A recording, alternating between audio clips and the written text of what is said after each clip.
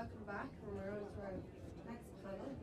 Annie and Drew and Ian McMorrough. So we're going to talk about how you can have perfect pitches. So easy and just you all keep an ear out and ask them some questions following this session. Have you got anything, Annie?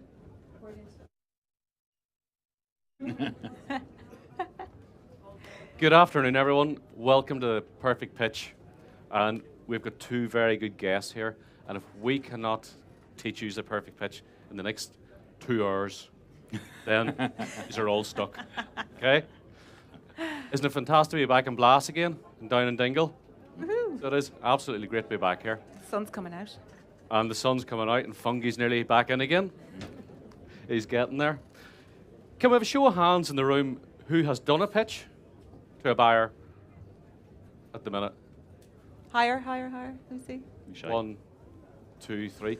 Can we have a show of hands then who is going to do a pitch within either the next month or the next 6 months to a buyer? Excellent. 4. And can I ask a question then on this one? So you're going to do a pitch in the next 6 months and 4. We're sitting at Blass here and we have buyers from all the multiple retailers. So you could be doing a pitch today. And that's the key thing you got to remember. So we could all be doing a pitch today to a buyer because we have all the multiples in Ireland here at the minute.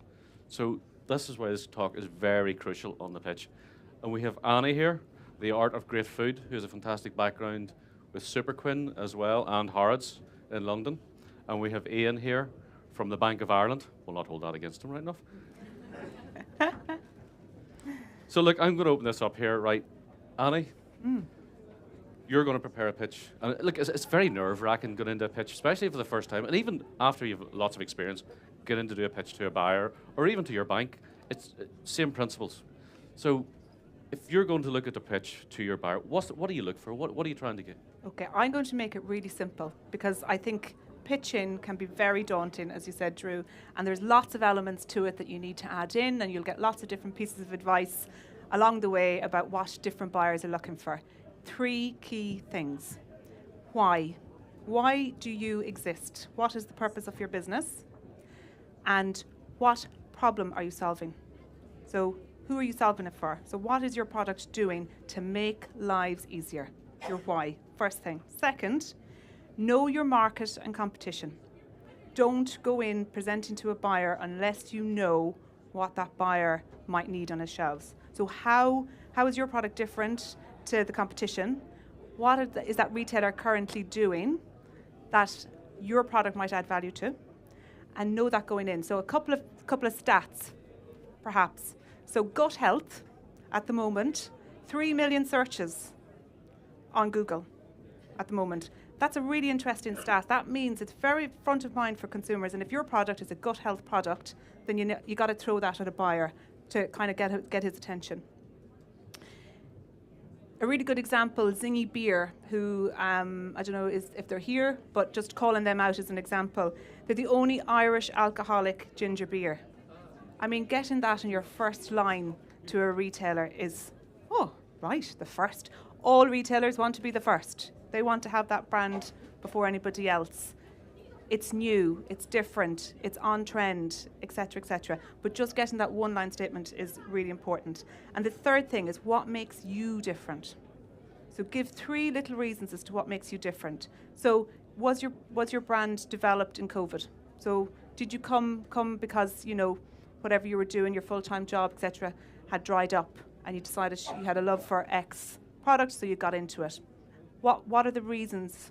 What are the reasons that make you different? And every brand is different, but just calling out those 3 is really important.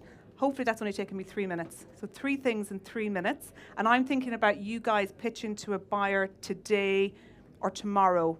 Hunt out those buyers, they're all here, and practice 3 minutes. So your why, your market and competition, and what makes you different.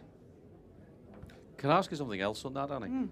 How frustrating when you were a buyer did you find it when you asked them, have you been into my store? Yes.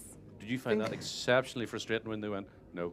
It was. No, I mean, I think geographically you'd have to, you know, realise that not everybody would have made it into London or have had visited, etc. But I do think it's really important. It does make a difference. If you've been in, you understand what other products are maybe in your space at the moment, what other brands are there, and how your product will stand out on shelf and how it's going to make the buyer's job easier, essentially. So yes, definitely visit stores.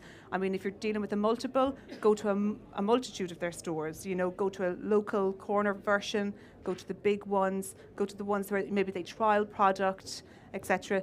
Same in food service, you know, go, if not just in retail, but if you're pitching into food service, go to some of the restaurants that they supply and eat in there and say, actually, how could my brand sit on that menu, etc. So yeah, I think do your research, super important, but then refine it back. You know, demonstrate you've done the research, but what did you learn from that, and get it in a really concise way.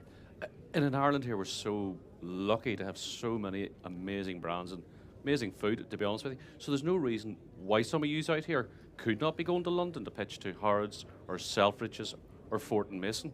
So, and even on the back of a visit in the store, I think there's no excuse why, if your meeting is at 10 o'clock, where you cannot go in for a quick walk around that food hall just to know. Because what are you going to do when the buyer says, where will it sit in my category? Where do you think that's? And now I've had that before myself when I presented to a buyer and she just turned around and said to me, where does it sit in my category? And only because you're in store, you go, well, actually, I think it should sit here or should sit here. Can sit either in those two places. Oh, that's fine then. You know, you've done the work for them. And Ian, coming to you, like, you know, we're looking at finance. We've got a new opportunity in the marketplace, and we're looking for some maybe finance to drive the business forward to the next level. Is the pitch any different when you're coming looking at a bank, or what do we need to look at and build that relationship with the bank? Well, I think that one of the key things is the importance of being first in the pitch, because Annie stole most of my lines already, so you know that's a key one. But I think there's a couple of things. Look, we're obviously in the process of giving finance to companies. So look, it's understandable we're looking for the ability to be repaid. That's a key element of it. So, but what do we mean by that? I suppose that's understanding a little bit about the person. So who are you as a person is important. What's your track history? You know, where have you come from? What's your knowledge of the product you're in or the area you're in? That's really important. I would say come early and talk to your bank. You know, because you'd be surprised the number of people who leave it too late. And what I mean by that is we have actually an awful lot of knowledge of, you know, the customer base. We've knowledge of the supermarkets. We've knowledge of the people you'll be selling into, because we bank an awful lot of them. We bank over 50% of the SMEs in Ireland. And what I mean by that is like hotels, if you're selling directly into them, retailers, the super values, all that. We're finance partners with them. So we have a lot of information that we can share with you. We have sector specialists that can talk to you. But really, when you're putting your pitch together, there's a couple of things, just to kind of build a little bit on Annie's maybe for a second, right? Because it's knowing the person is important as well, I think. So knowing the company you're selling into, in our case the bank, but would say in other cases the retailer, but knowing the hook that the individual you're talking to has as well, because people are different, you know, and you're trying to build a relationship with that person sometimes as well. So for what works for some people won't work for others. Some people, we were talking about earlier on, some people will want a 50-page deck. Some people will want a 2-page deck. You know, some people will want you to be able to talk for an hour, some people want 30 seconds. So you need to know, and you need to be able to vary it a little bit. The point that Annie raised, I think, about solving the problem is really important, because, you know, what's the gap you're filling for them? People are, I don't mean this disrespectfully, but buyers and ourselves are a little bit lazy in some ways. We want you to tell us what you're going to do for us, as opposed to us try and figure it out. So you need to be able to give that message very early in your pitch. This is a problem I'm going to solve for you. And you know, in our case, we want to lend out. You know, we don't make money unless we lend out. So we're looking for people to lend to. So the problem you're trying to solve for us is, this is a really good customer who's going to grow. It's someone we want to do business, we want to build a relationship with, because we see a future with them and we want to build on that future. So understanding there's a difference between pitching to me or pitching to Annie as a buyer for Harrods is really important, because the message you want to give is a little bit different. And we talk about, just one final point, if I may, is please, yeah. the continuity of supply. You know, because no more than a lot of the supermarkets will want you to, they'll want to understand, if we put you on the shelves, can we get supply from you? Similar for us, if we're going to finance you or we're going to provide funds to you, we want to understand your supply chain. We want to understand, is it robust? Can you actually meet the commits? Should your orders take off? have you the facilities or have you access to the facilities? And that's all inclusive in part of your pitch as well. So it's here's what I'm solving today for you, and by the way, I can continue to solve this and build on it into the future, and I can repay the money you're financing to me. Yeah. And see, when you're coming to the bank and out there, like, do you come, if you have a concept, okay, I've come up with a new concept, I'm going to make a banana ice cream. Do I come to you at the concept stage, or do I sort of put a business plan together, or what's the best way? Like, is it better to go into your bank manager and go, look, I've got this really great idea? Yeah. I'd love you to come at the concept stage. Yeah. I really would, because I think we can provide some early advice to you as to how you might shape your idea a little bit so that it becomes viable from a financial perspective as well. Because there's a lot of ideas that people have and they never make it because they never really thought, how am I going to actually make this happen? And you're so invested in your idea, sometimes you need someone to kind of stand back and say, well, how are you going to make that work?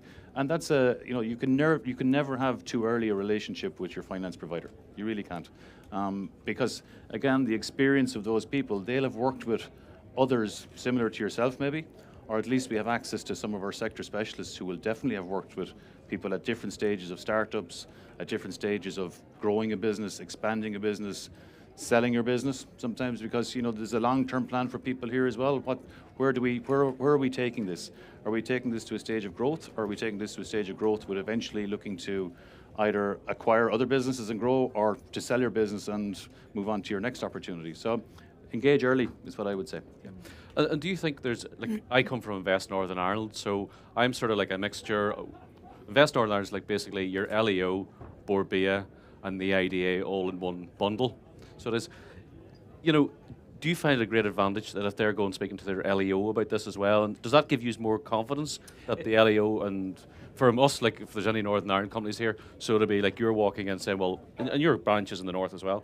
So look, we've spoke to Invest NI about this, and we've gone through their process, and LEO down here, or the IDA, and you're saying, well, we've gone through the process, and these guys are supportive of this project as well. Absolutely, it builds credibility. It builds credibility that an independent evaluation has taken place of your product or your service or your business. And also it shows that you're willing to engage with other parts of organizations that can support you. And that's really important. I mean, being a business owner, as I'm sure you all know, is a lonely place to be sometimes. So, if nothing else, you should engage with them to create that network and community that will support you. But also what I find with business owners is they're very good to share.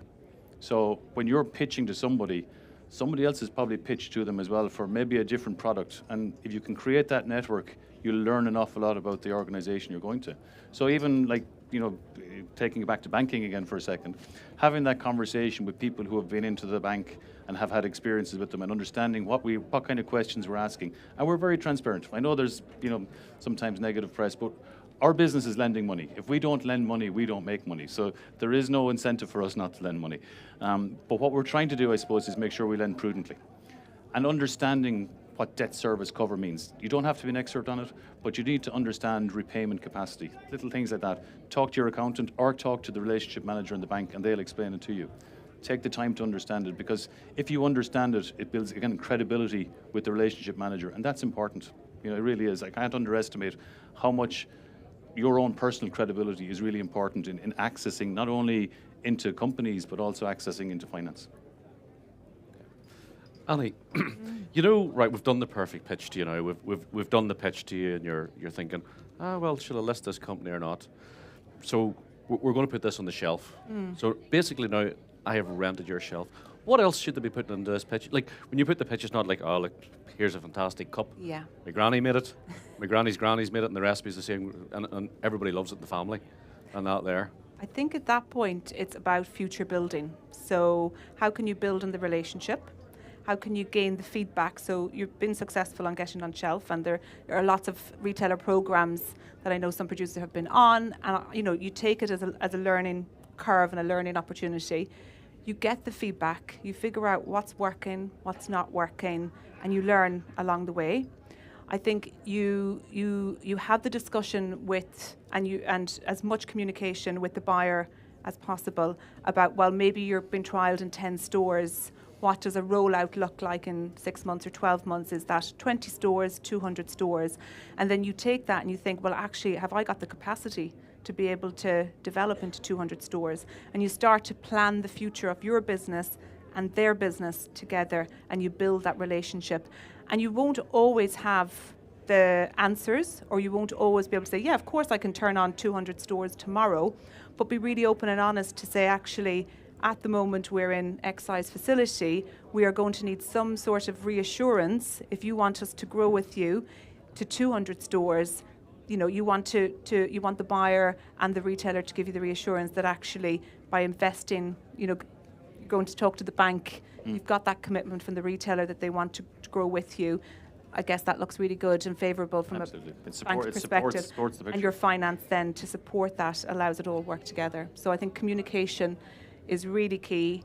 And again, don't underestimate. I love going in and observing customers and how they interact. I'm a bit of a stalker I shouldn't really say that, but I love stalking customers. I do. It's fascinating. Like, you think you know them, you think you understand them, but they really interact very differently with your products. Like, we're all shoppers at the end of the day, but the reality is how I shop and how you shop is very different. So stand back. And it's quite a hard thing to do because you do feel a bit awkward initially, but stand back and just watch people interact with your product, and then use that in the next time that you're in with the buyer.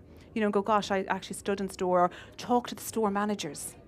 Like, engaging with the store managers, making them aware that your product's now on shelf, and then hearing feedback. I mean, store managers love to know what new products are coming in, and they're champions of your product as well. So you want all the store members to know about your product. So make sure you engage with them, let them know who you are, etc. So I think that's another element to think about. Yeah, and I think even look, we're here today, and there's awards and things like that, and going to be presented later on. That's a critical thing. Not only the BLOS awards, but any other kind of recognition that's been externally accredited is really important as well. That you're bringing that into your pitch. You're explaining, like, this is not just a kind of a concept I have, but it has been recognised as being a best product by these organisations and so on. And I think, and the one thing I would just say, just when you get on the shelf as well, the placement of that sticker or the placement of this, critical.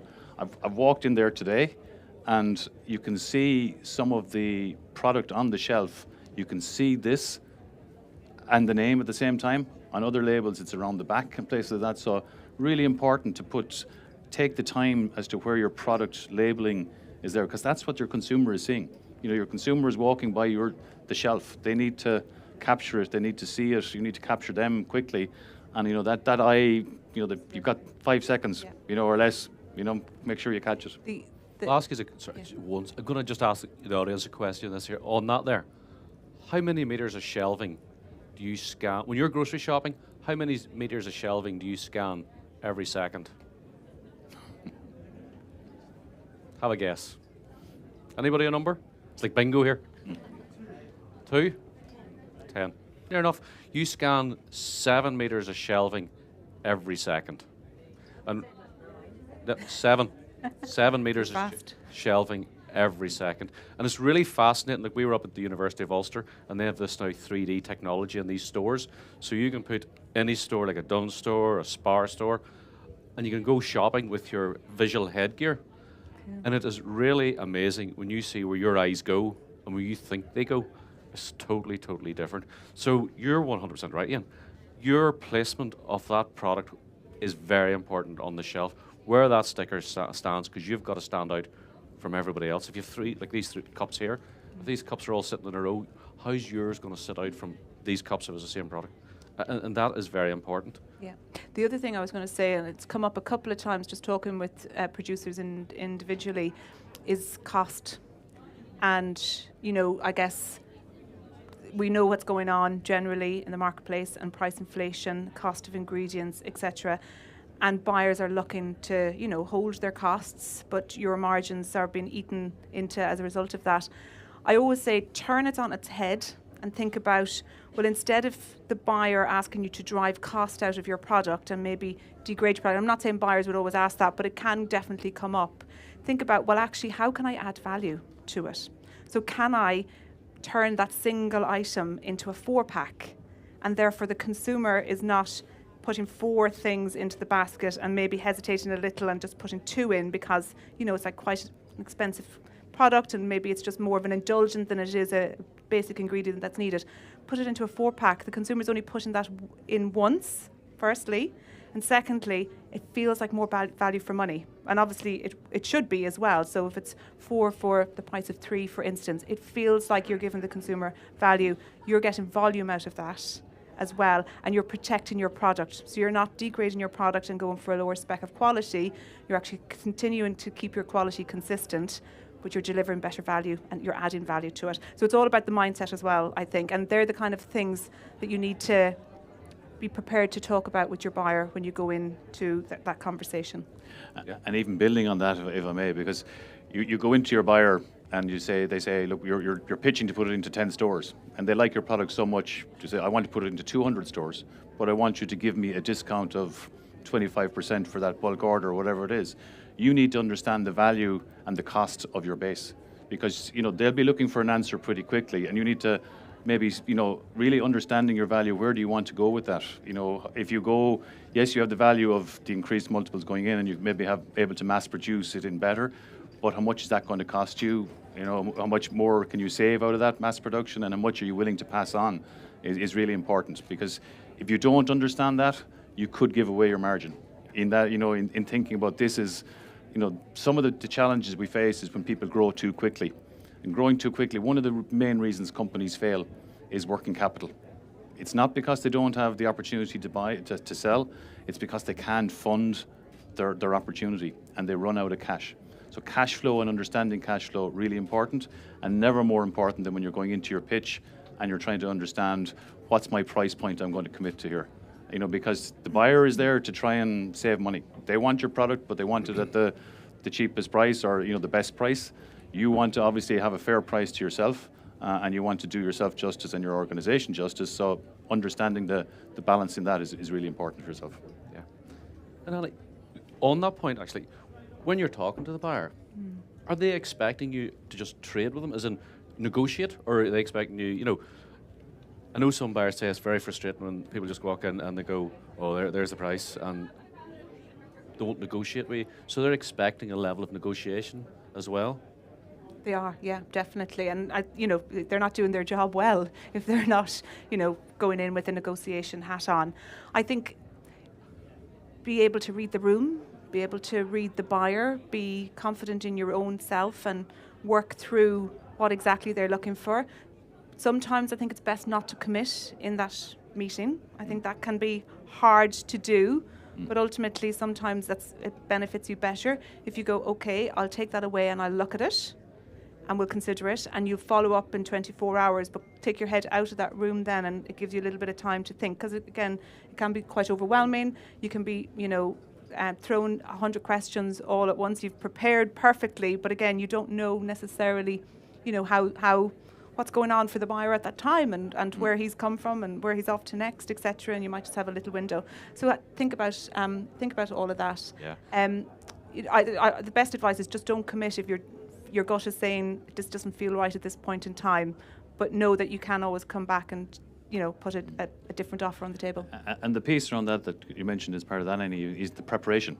So practice your pitch. Yeah. Don't practice it with your family, right? Because they're too nice to you. They're going to tell you, you're great. yeah.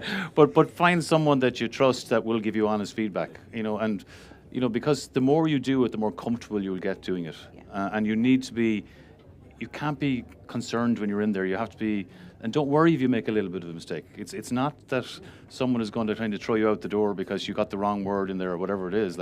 Be comfortable with that. Be comfortable with little errors like that. Know the important things you want to do, and then build your message out around that. Yeah. Get your key points right, but practice it. Yeah. Don't, not even in front of the mirror. Practice it with somebody who'll give you feedback. Feedback as well.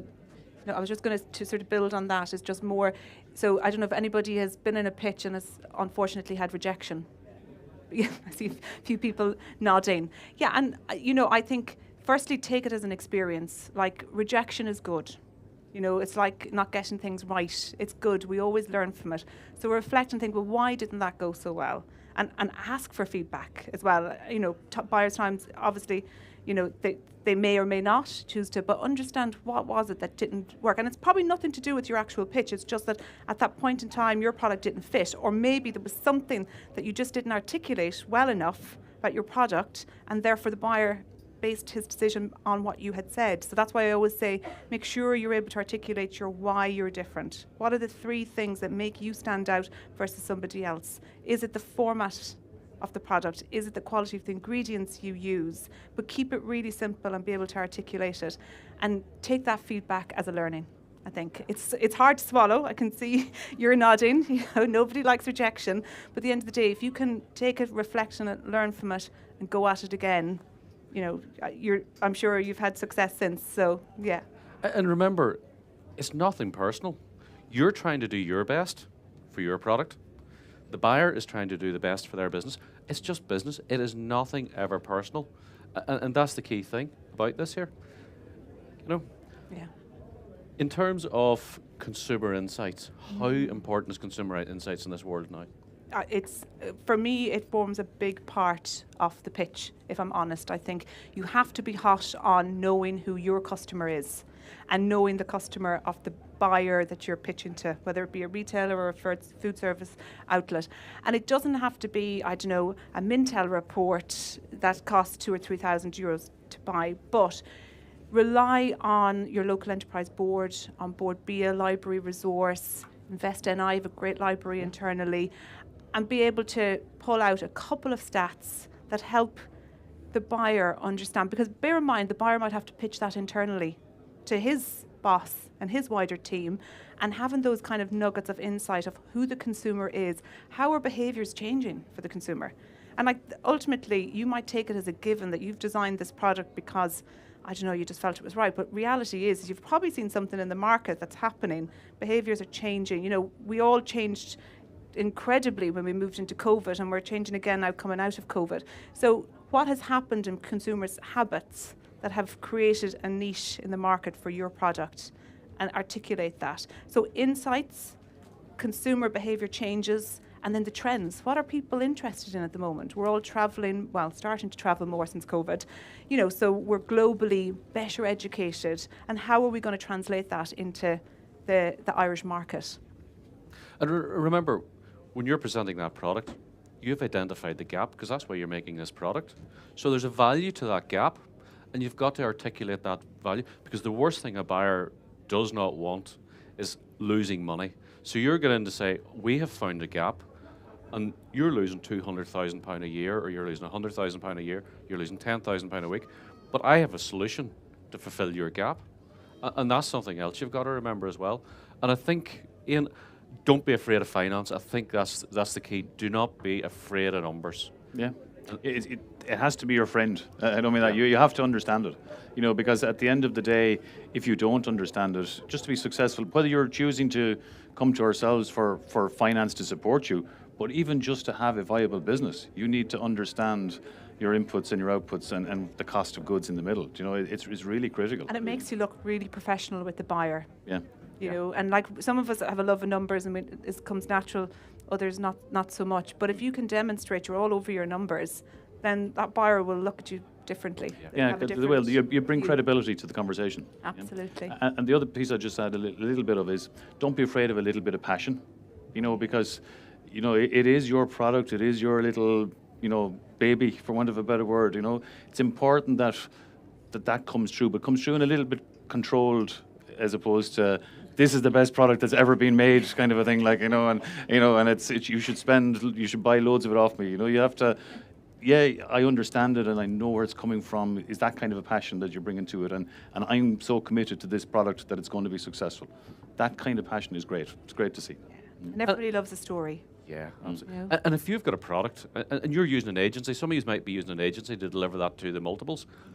Do not be afraid to say to that agency, when you're doing a presentation to that multiple, I want to go. I want to sit in the presentation because I want to present my product, because they will never present with the same passion that you will, for sure. Yeah.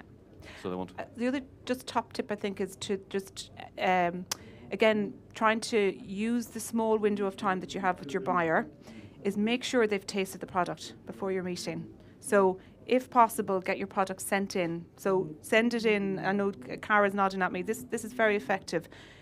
Send it in ahead of the meeting with your pitch deck and a really good strap line in your subject that makes them want to open it as well. Because, inboxes are flooded. We all have flooded inboxes. So what would make you stand out?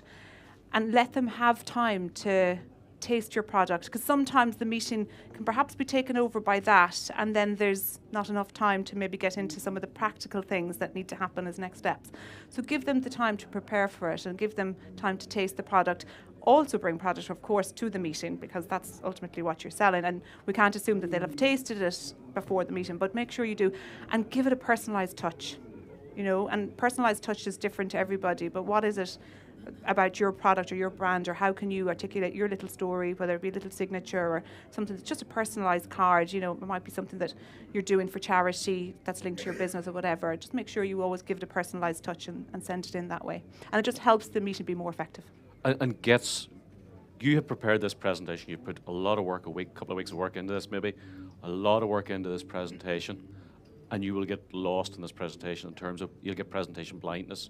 Get someone outside to read your presentation, because there's nothing worse than you walking into Dunne's to do a presentation with a Tesco logo on one of the pages.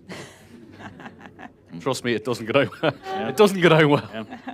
One of the seminars ahead of this weekend was actually just on creating your perfect pitch, which I ran, and lots of people joined. But I know it's recorded, so if you didn't manage to see it or you haven't managed to get the recording, ask Fallon to send it on to you, and it's quite simply broken down. So kind of follow that. It's not an exact science, but it's a kind of guide and a framework that you can use and sort of refresh your memory on as well in the coming months.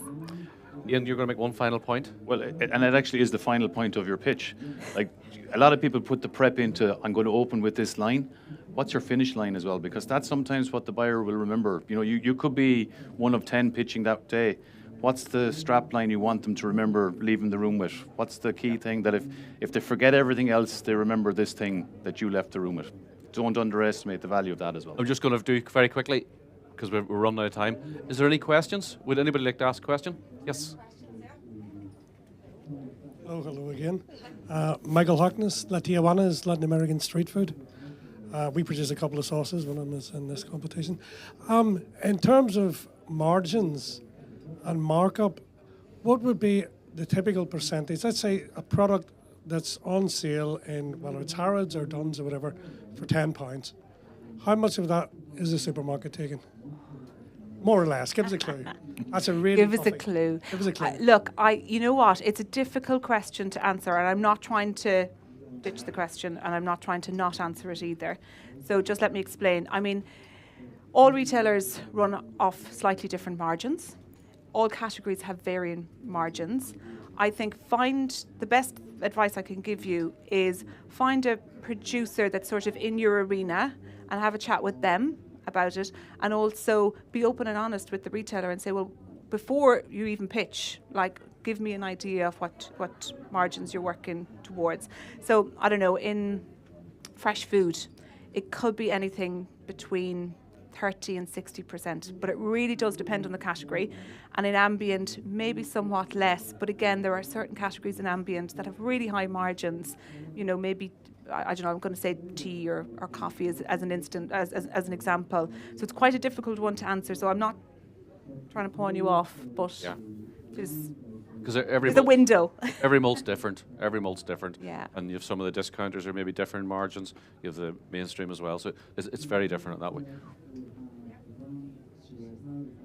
Jonathan McGuinney from Pinjana Limited. Just wondering, just with the whole COVID thing and everything else, a lot of pitches have now moved online. Do you think there's a difference between doing a pitch physically and you have to adapt your style as opposed to doing something online, which is often kind of the first meeting that you get now with the buyer? Really good question, actually, and very relevant, I think, as well. Yes. Look, I think one-on-one, face-to-face is probably the best way. But as you say, look, moving to doing things more online now is very time efficient, and it can be really effective because ultimately the same principles apply. Like, you have to be able to articulate what it is about your product that's solving a problem for the buyer's customer. What is it that makes you different versus the others? And you can articulate that really well. In actual fact, you can have supporting notes around your screen and stuff. You know, you can have little prompts that remind you and get you back on track. So in some ways, it's probably better. I think making sure they have the product is the key for me. So you have your product in front of you, you know, wherever you're doing it from, making sure you've got samples, you've got all the elements around you, and that they have product as well, or that you've already sent it in and they've tasted the product. I think that's the only thing. And look, you know, as we said earlier, taste is subjective. So they may or may not like your product, but, you know, if you can convince them that your consumers like your product and that their consumers need to buy your product, then, you know, you're on to a win-win. So I think, I don't know, I'm going to pick on James for a second from Holland and Barrett. So, James, you probably, not to put you on the spotlight, but as a buyer, I assume you're doing a mix of both at the moment. Are you? You were falling asleep, so I just thought I'd wake you up. No, I'm joking.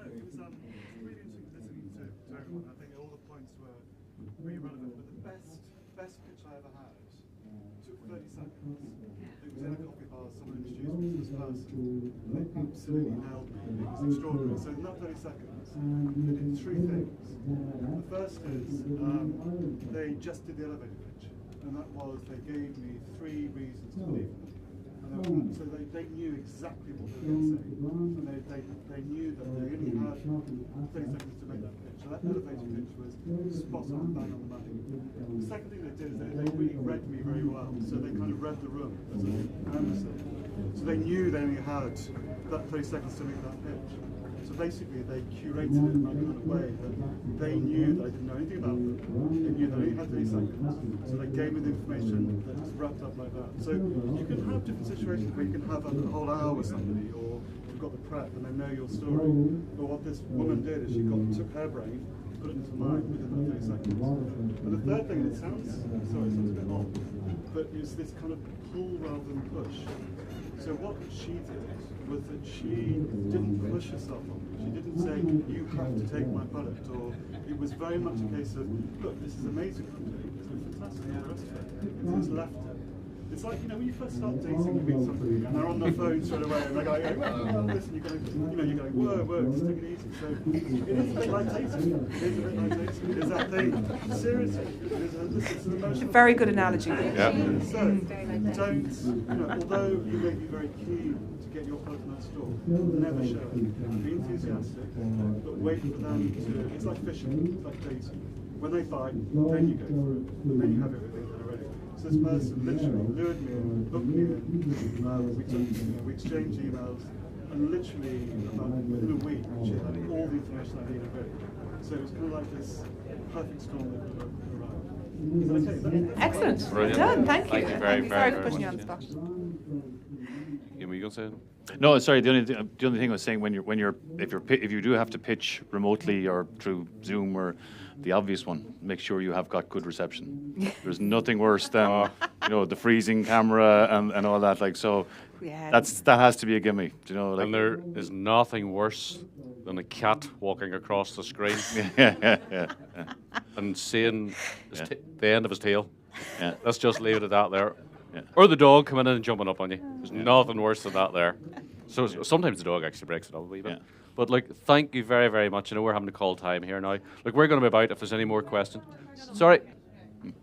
But no, there's going to be more questions. If you want to sit and have a chat with us or whatever, grab us here and have a chat. But I think I've got 3 minutes if anybody wants to do a pitch. Honestly, I know I offered it when I did the seminar earlier in the week, but genuinely use the time today. It takes 3 minutes. You mightn't have it right first time round, but hear yourself saying it for 3 minutes, get the feedback.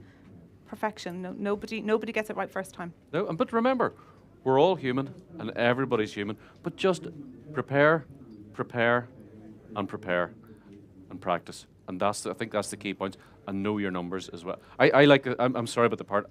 I am very conscious on the number side. I'm not an accountant, but numbers is so important.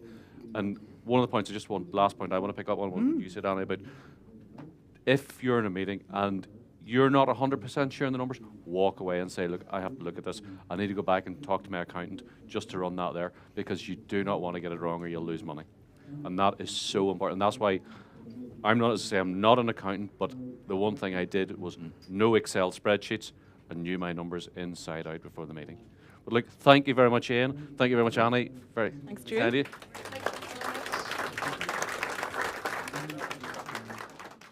And the best of luck to you all.